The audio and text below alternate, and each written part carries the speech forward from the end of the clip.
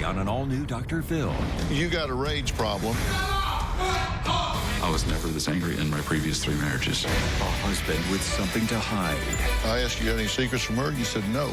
You and I both know that's not true. So what haven't you told me? If you don't want to say it, then move on. Nobody knows this. I'm not proud of it. Years ago, I was... Dr. Phil, he's so sick. He's so sick.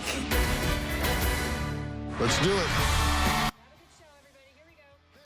This is a safe place to talk about hard things. Stand by. We'll count you down. I'm trying to be an emotional compass and point you in the right direction. 5, 4. I am not giving up on you.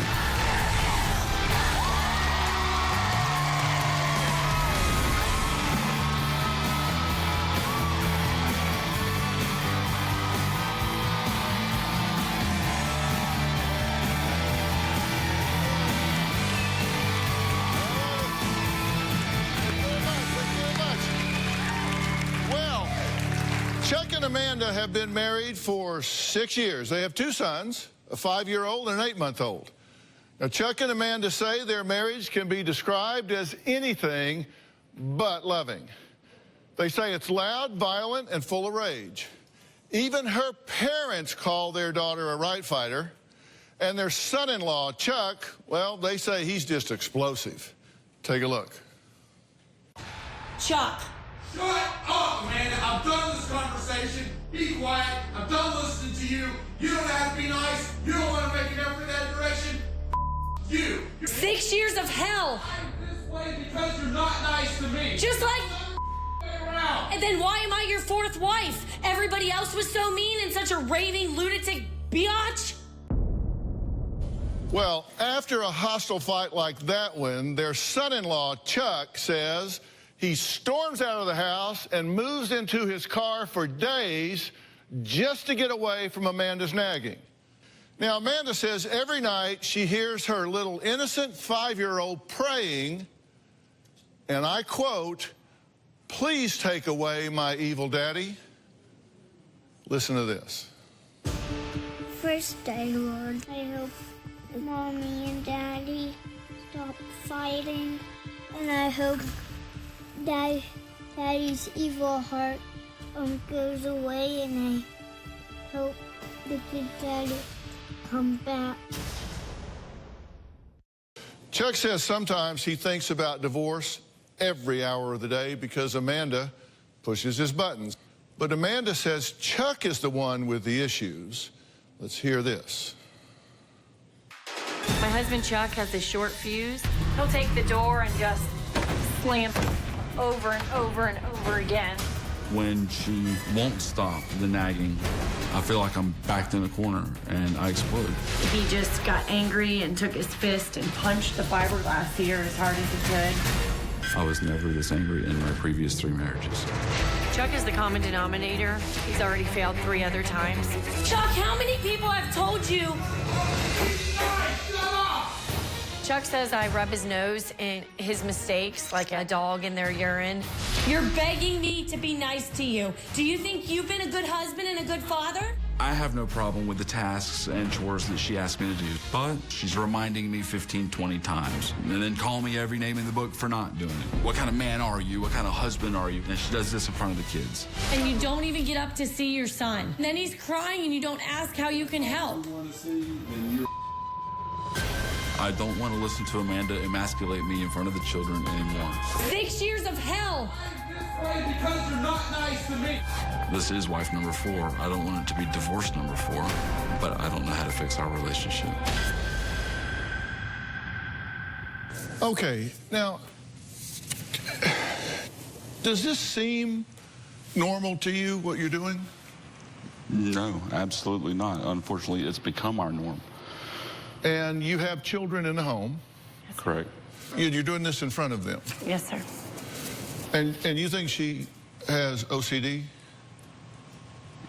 If not OCD, then obsessive compulsive tendencies for sure. She likes to face all the labels in the refrigerator the same direction. And at one point or two, I turned the label of a bottle of water around backwards and I thought she was gonna have a stroke. You know, it's not, How'd the honeymoon go? Terrible. Terrible. Except for the first night. That's how we made our son. What do you mean terrible? But we kind of had a pact that if we moved forward in life and had children, he would quit smoking. So he decided to try to do so on our honeymoon. One point, we got into it over dinner. He took the plate of food he was eating and shoved it at me and spilled the water and the food on me and got up and walked out. If it weren't for the kids, we would have already split. I mean, we're So you're trying together for the children? We want to get things better for the children.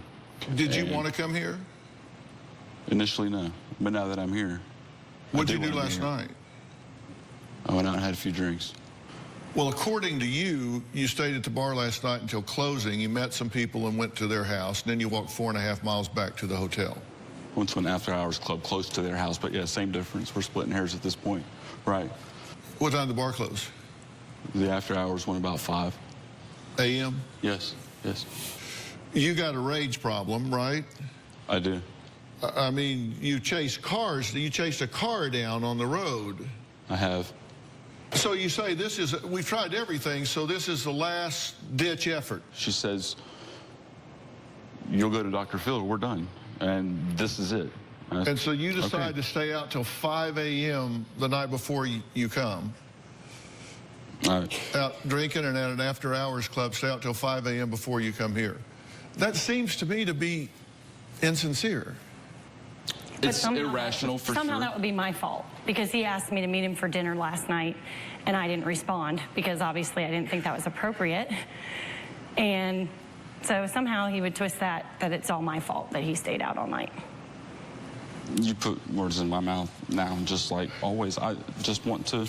Well, I like to listen to what people say and do in their natural environment. Here's some video of Amanda talking to Chuck about coming to the show.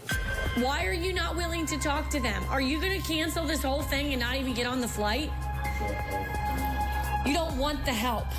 You made it very obvious, which means you don't want me or your kids in your life. Shut up, Amanda. Because if you don't take this help, I will see to it that you don't have your kids in your life. I will see to it because you're not healthy enough. Shut up, Amanda. You're not healthy enough. If they call you, answer the phone, please. You agreed to do this. I have told them what my problems are. I have told them I'm a yeller. I told them I'm a name caller. I told them I've said some of the meanest things I've ever said to anybody to you. You don't want to do anything about it. Yes, I do. I'm flying out. Stop yelling. Stop name calling. Stop being that person. I don't want to do anything about it. I'm getting us help. Stop yelling. Period. You don't think you have a problem, even though you sat here the other night and you texted me that you know you've created the person I am. You have helped create the person I am. You've brought out the absolute worst in me. Stop talking. I'm sitting over here saying, shut up, Amanda. Well, answer them. They've interviewed my mom, my dad. Phone yet, Amanda. Shut up.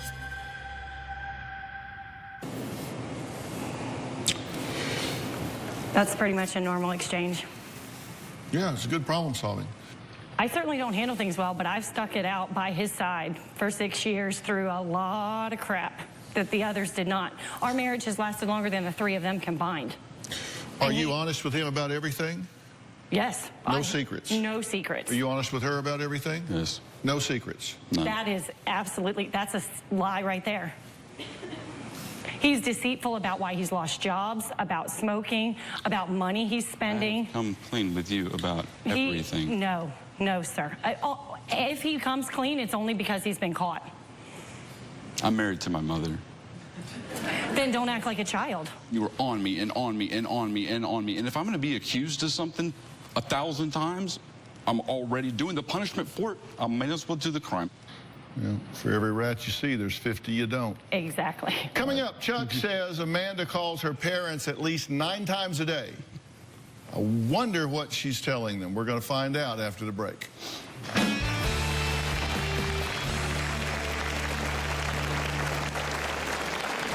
Chuck and Amanda have a very dysfunctional and destructive marriage. It involves Tammy and me, and it particularly seems to be harmful to the children. Because of the fighting and arguing, we felt our daughter could do better.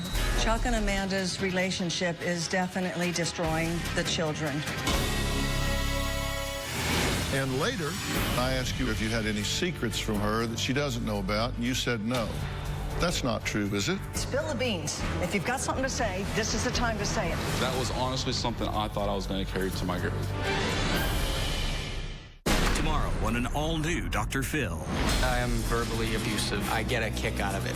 You've got a guy telling you, I get a kick out of jacking with you. She's left him 4 times. You choose him over your children. Yes. But she always comes back. Do you often think you're the smartest guy in the room? Most attractive, not the smartest. You didn't want to come here. I have a very important job that I couldn't leave. We had time to go on a 3-day bender, but you didn't have time to come here for a day. That's tomorrow. It seems as though the umbilical cord has never been severed. Every time Amanda and I have a problem, she's going to run and tell her mother about it. I just don't want to give up on him like everybody else is. Well, this is the last resort. Amanda's mom and dad are so involved in our marriage. He has to want it because you can't fix him and he can't fix you. They called Dr. Phil to initiate this process. I understand fully that they have a God-given duty to protect the grandchildren, but I want them as grandparents and I want them as in-laws. I don't want them as marital counselors. Well, Chuck and Amanda say their marriage has been a constant battle ever since the honeymoon. To make matters worse, Chuck says Amanda gets her parents, Tammy and Tom, too involved. Let's hear what they have to say. Our daughter Amanda moved in with Chuck after only knowing him for 2 or 3 months. I don't think Amanda knew what she was getting into. We felt our daughter could do better than marrying someone that's been married 3 times because those 3 marriages, Chuck is the common denominator. And he has to acknowledge that he's part of the problem. I know more about their marriage than I really care to know because Amanda turns to me with every issue, every problem. It's just so irrational. Well, you can't get rational behavior from an irrational person. We've talked to the counselor about Chuck and Amanda because we got the point where it was involving us so much that it was consuming us. And Chuck and Amanda have a very dysfunctional and destructive marriage. It involves Tammy and me, and it particularly seems to be harmful to the children. When Amanda's called on the phone, we've heard them yelling back and forth to each other. And we've heard my 5-year-old grandson in the background yelling, please stop, please stop. We got into an argument a couple of weeks ago. He snapped and basically took the baby food container and slammed it down on the ground as hard as he could. Baby food went everywhere, all over the blinds, the couch, the floor, up on the ceiling here. And my 5-year-old son was trying to help me clean it up. Because of the fighting and arguing our 5-year-old grandson is witnessing, he said, everybody in the world thinks I'm a Chuck and Amanda's relationship is definitely destroying the children. Okay, Tammy and Tom are joining us. Thank you, guys. I appreciate you being here. I'm not sure Chuck does. I think you think they're over-involved, right? At times. He's resentful because he does not have a mom, has no relationship with his mom, and he doesn't have a living father. I mean, but I can't help that I do and that they are supportive, and they have had to step up and take on his responsibilities when he decides to run. Well, what's y'all's view here? We're tired of the roller coaster, and I'm the one that wrote the show because I am concerned about our 2 grandchildren. Our So am I. They are my life. Well, the child, the oldest child, 5 years old now, 5 and a half. The little one doesn't know what's going on, but the 5-year-old is constantly telling us that he wishes his mom and dad would quit fighting. He's gone to the wishing well and thrown coins in and says, please help my mom and dad stop fighting. Why do you 2 keep doing what you're doing? Because the fix hasn't presented itself yet. Well, let me step in here. Fix. There's been no fix. They've gone and gotten counseling, and I'm talking both of them. They've gotten counseling, and they don't do one thing that the counselor has said to do. That's not true. He says, I quit counseling every time they tell me what I don't want to hear. Every counselor we've been to has looked him in the face and said he needs to get, yes, we need to continue to get marital counseling and work on our communication, but that he needs to get his own personal counseling to heal some of these old wounds. He is a hurt, damaged individual that is hurting in return. Why do you two keep doing what you're doing? When he's on his medication and even keeled and his fuse is longer, things are better. Our communication is better. He responds to me better. I'm emotionally numb and dead inside on that medication. I think it's either the wrong medication or it's a wrong diagnosis. Why do you keep doing what you're doing? You've been through 3 marriages, 6 years into this train wreck. Why do you keep doing what you're doing? I'm going to ask the question until I get an answer, and I don't have to do till 5 o'clock. So.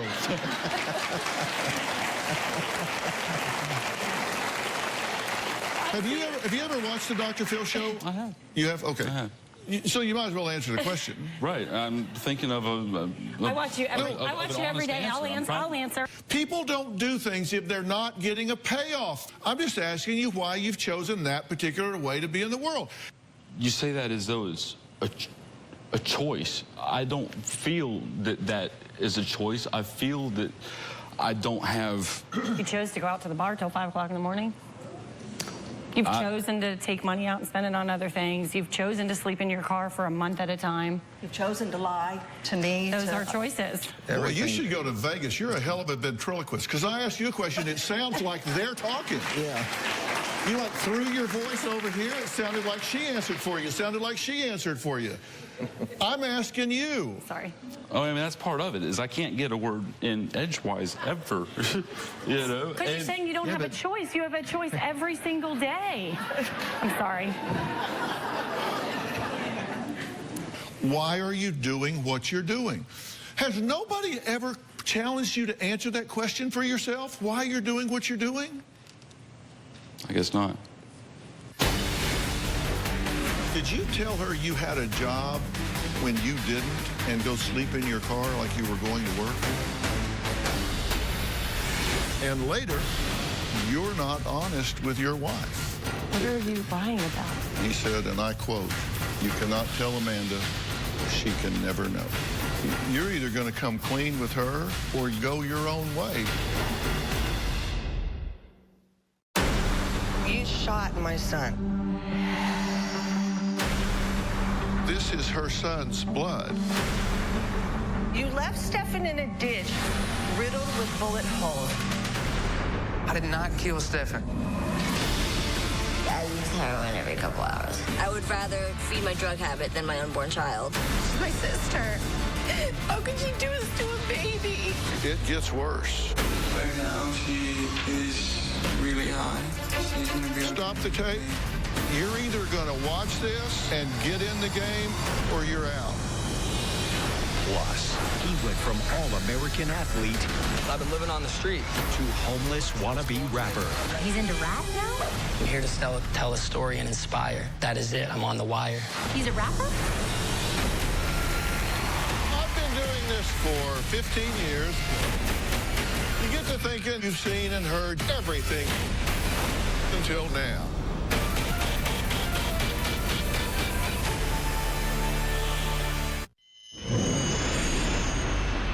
Chuck is a liar. Chuck had this job and he got fired, and he continued acting like he was going to work, and then eventually he told Amanda and Tammy that he had been let go because they were downsizing the company. And Amanda called Human Resources, and she found out that he had been fired because he had disobeyed company policies. That leads us to not believe anything that he says anymore. He's a fraud.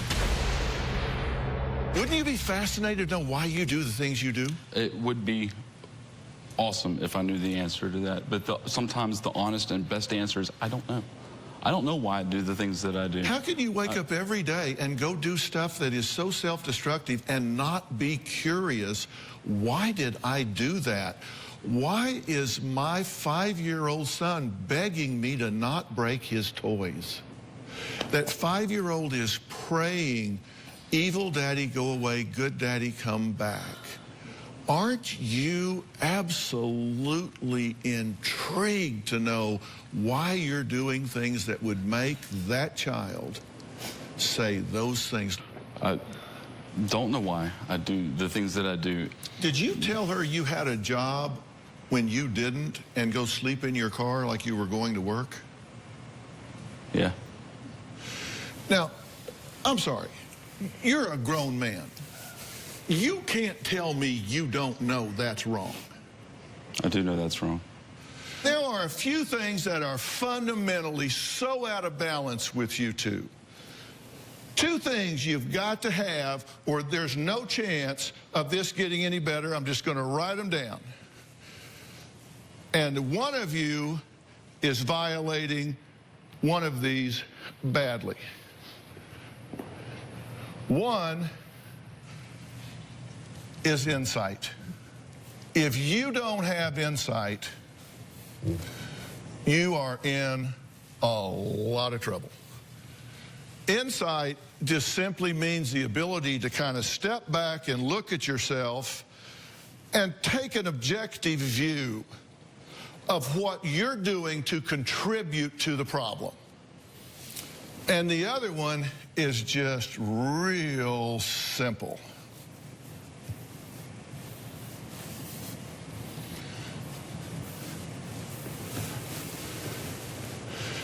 And that's honesty.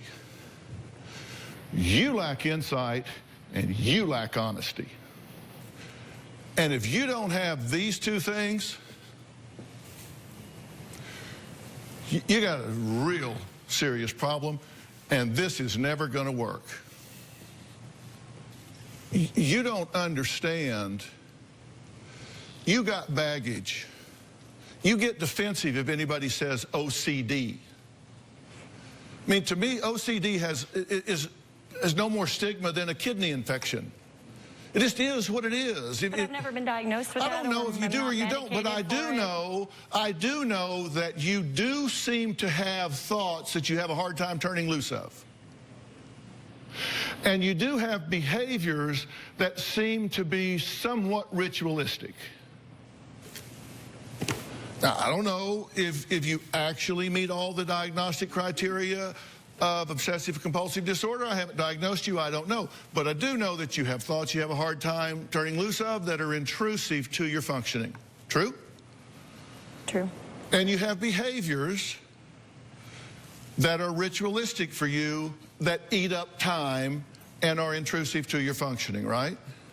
I like things just so. And neat. Would that be a yes? Yes. You lie when the truth would do better. I have. You lie by omission. Correct. You lie by misstatement. Correct. I ask you, do you have any secrets? No. We both know that's not true. You lied about having a job. You go sleep in your car. He would tell our 5-year-old son he couldn't take him for a bike ride because he was going to work. That's low. How old are you? I'm 38 years old. Well, you've had a lot of chances to do something about this. And I haven't. But I want to, and that's why we're here. Because the person that you see, the person they see, the person she's married to, the person that my kids see, my coworkers see, the person I see in the mirror, I'm not satisfied with that person. And I haven't been for quite a long time. I'm begging you, Amanda, please stop. You think you're the only person in the world that has buttons. You yell stop and shut up, but it's not because it's in front of the kids. It's because you don't want to hear her voice anymore. Can you blame them?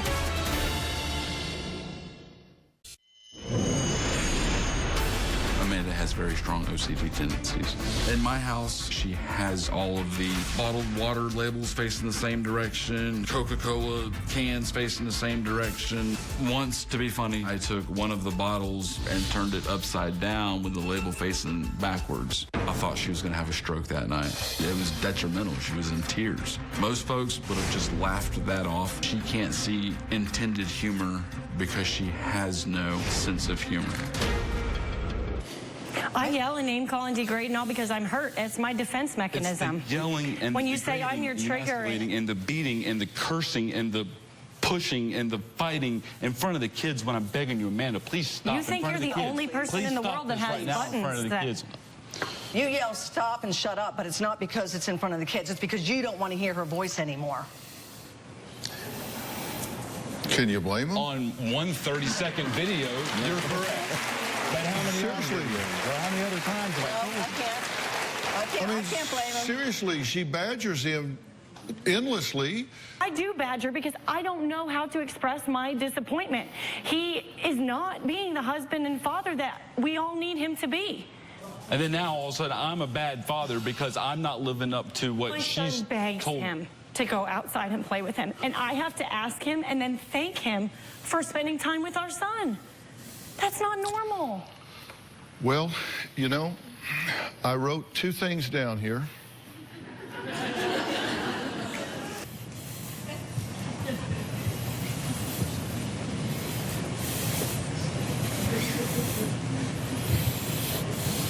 What do I lack insight about?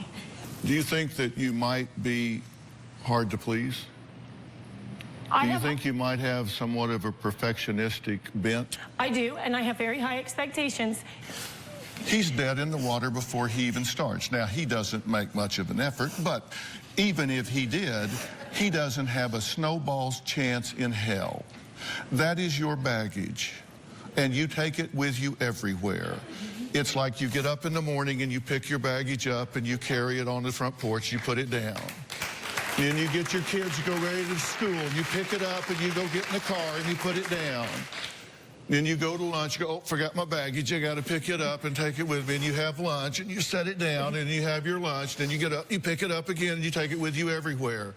I don't expect any more of him than any average wife and mother would. I honestly can sit here and say that. But you're not his mother.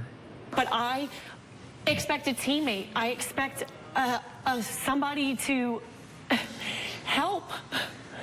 I'm not his mother, but, which means forget what I just said. I'm now going to tell you what I really think. Has he been acting like a child, I'm not his though? mother, but I'm his mother, and I'm going to treat him like a child because he acts like one, and therefore we have a parent-child relationship and can't understand why our marriage doesn't work. So we're going to take a break. Is Chuck's issue solely with his wife? Yeah, I don't think so. We'll be right back.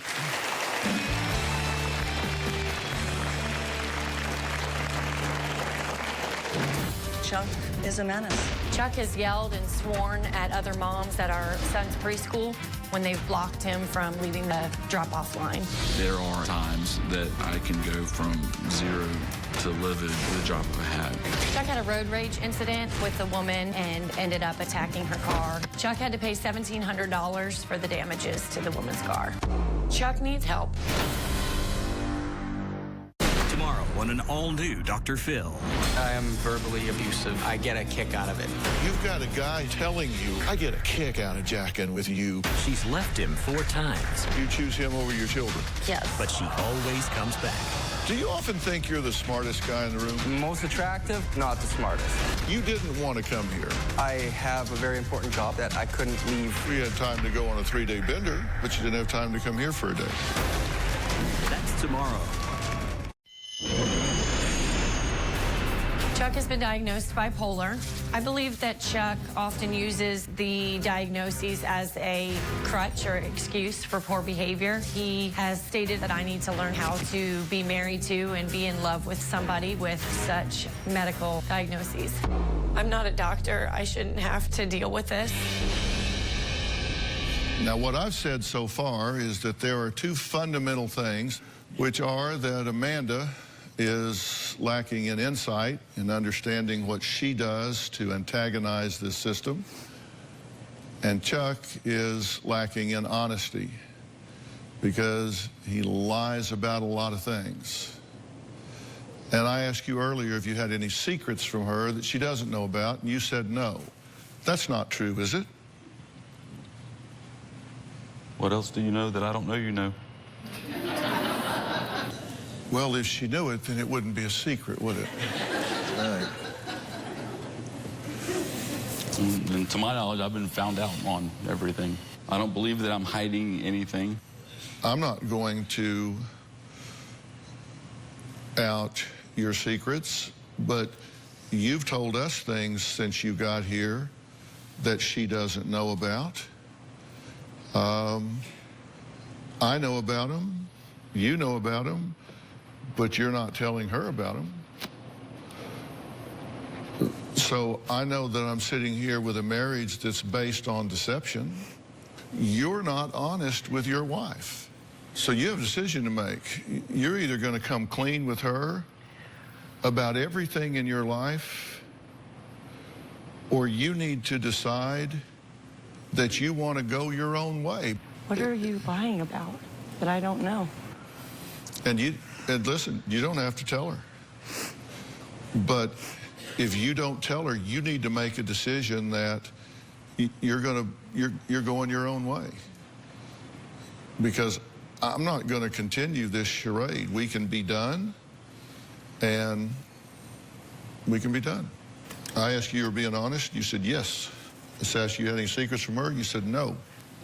You and I both know that's not true. So this is a charade from this point forward. Okay. We'll go with that. Go with what? Are you going to be honest and share? Right. I'll be honest with her and move forward. So what don't we know? What don't we know? I think we have a right to know. I'm wanting to know what he knows that I don't know. I mean, apparently the two of you know it because he's bringing it up. Last night that we didn't have, right? And I went out to the hotel they put us up at, had a bar, and I went in there, and then the bar shut down at 2, and I met up with a guy and his wife, and they wanted to know if we wanted to go to me. They wanted to know if I wanted to go with them. There was 3 of us in the car to an after-hours bar that shut down at about 5 this morning, and then instead of calling Uber or a cab or anything, I walked 4.5 miles starting at 5 o'clock this morning back to the hotel. That's the only thing that I can think of. Did you reveal something to my associate producer that you said you cannot tell Amanda? Not ringing a bell. This is why I'm wound so tight. And maybe I lack insight because I enable, because I fix the messes.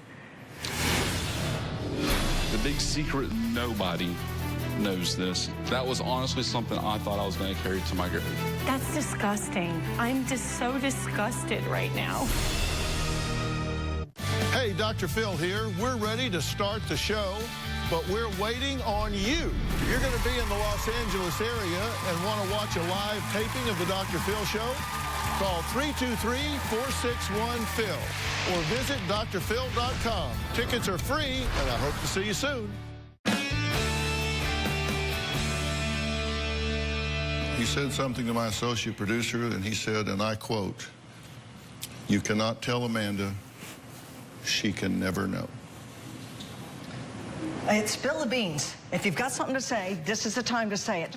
And if you don't want to say it, then when we get home, pack your bags, get out, and move on. That's not your decision, that's his. So what haven't you told me? I want so bad to be honest with you, but I'm afraid with my track record, if I am, you'll see me as not being honest with you, if that makes any sense whatsoever. Sometimes I'd rather you just not know. I've not cheated on you, ever.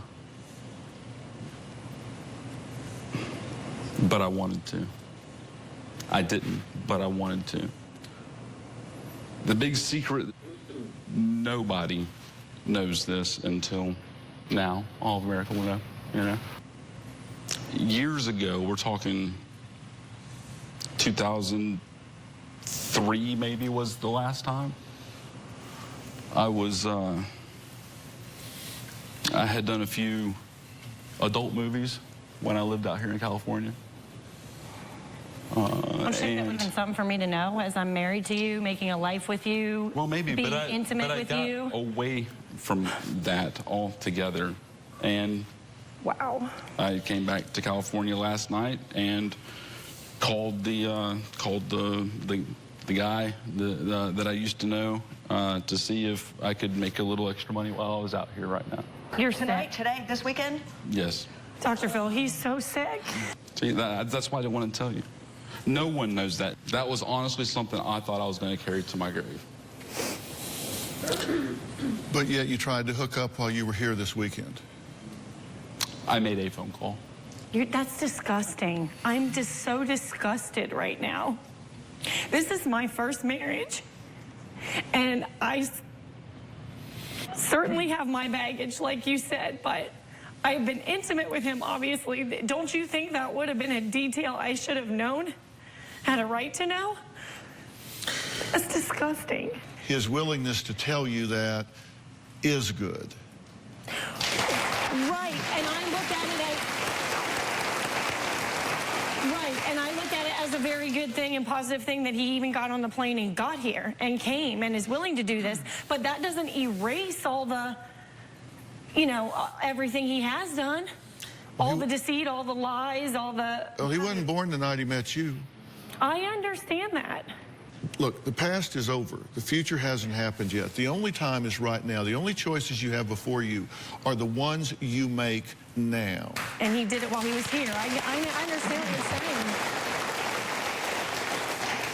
saying. Being immature makes you a bit hedonistic, where you seek pleasure and avoid pain, and you go for immediate gratification instead of delayed gratification, and one bad decision leads to another bad decision, and then before you know it, that bad decision, oh my God, I can't admit that, so you gotta lie about that, and then before you know it, you're playing it's never the crime, it's the cover-up, and then you get one thing leads to another, and there's been nobody in there to step in and say, hey, start doing the things that are just the fundamental basics of being a man and being a father. And I honestly believe that if someone would step up in your life with a clarion voice and give you some fundamental guidance that you could trust, I believe that you would respond to that. So when we come back, I'm going to tell you what that plan is. Ready to get real? Go to drphil.com for advice on relationships, parenting, finances, and more. Plus, weigh in on your favorite episodes, share your stories, and find support in the Dr. Phil community. When you sign up for the community, you will automatically be subscribed to the Dr. Phil Show newsletter. Log on to drphil.com today. Look, you guys may need to get a divorce. You may need to do that. And if you do, you have plenty of time to do that. And by the way, divorce is not a solution. It's just changing one set of problems for a new set of problems. Your relationship isn't over. You just change it. You just say, yeah, I got this set of problems. I'm now going to have this set of problems. So you have plenty of time to get a divorce if that's what you want to do. What I'm going to ask you to do is give me 90 days. Give me 90 days to effect some changes in each of you individually and as a couple and as parents. For you, your medications can contribute a whole lot to the problems and the bad judgment that you've been having, and your body chemistries can contribute a whole lot to the problems that you've been having, and sometimes people don't take that seriously enough. I've got Dr. Tanya Elliott joining us right now. She's the medical director for Doctor On Demand. Doctor On Demand is our company. It's the app y'all know about that my son Jay and I have created that enables you to have a video chat with a board-certified physician at just the click of a button on your smartphone or computer. Dr. Tanya Elliott is our medical director. Dr. Elliott, the wrong medications can create all kinds of chaos, correct? Absolutely. So, you know, Chuck, the one thing that I think is the most important is that honesty factor, and that's also with your healthcare providers. Because what happens is if you only tell part of the story, we end up with multiple different diagnoses, one medication piled on top of the other medication, and then we don't quite know what we're treating. So we really want to get to the bottom, establish the diagnosis. To start from scratch, right? Absolutely. And do it in concert with these two gentlemen down here. Dr. Frank Lawless is here from the PNP Center in Dallas, and they are the absolute best at the overall diagnostics, and I think that is something that I would like to see you intervene with both of these people here. Can you do that workup on these folks? Absolutely, and I think that we're talking about not only psychological, but some neurological patterns that you can take charge of, both of you, that can basically change your whole outlook on life. There's something I want to ask both of you to do, and I want to talk to Miles about this. He's going to work with Dr. Lawless. But Miles Adcox is the CEO of OnSite, and they do customized programs for people, therapeutic programs that work in a comorbid basis. And this has to do with dual diagnosis, no matter what's going on. Very intensive workshops for you guys that can deal with this anxiety, deal with the trauma that you've had in your life. I think you guys can make a huge difference with them. I agree, and I think the blame and the pain that I've been witnessing ends when empathy and hope begins.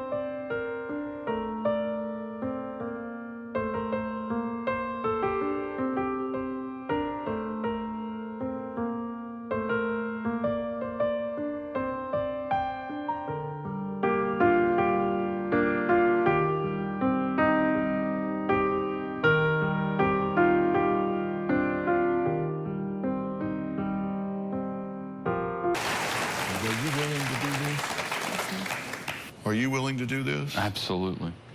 And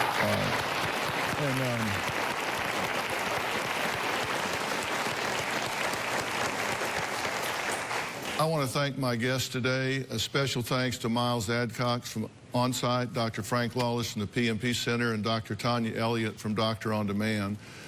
If you at home want to have your own Doctor On Demand, you can go to Google Play Store or the iTunes App Store, and you can download the Doctor On Demand app. And you can do that for medical if you want to have a medical appointment.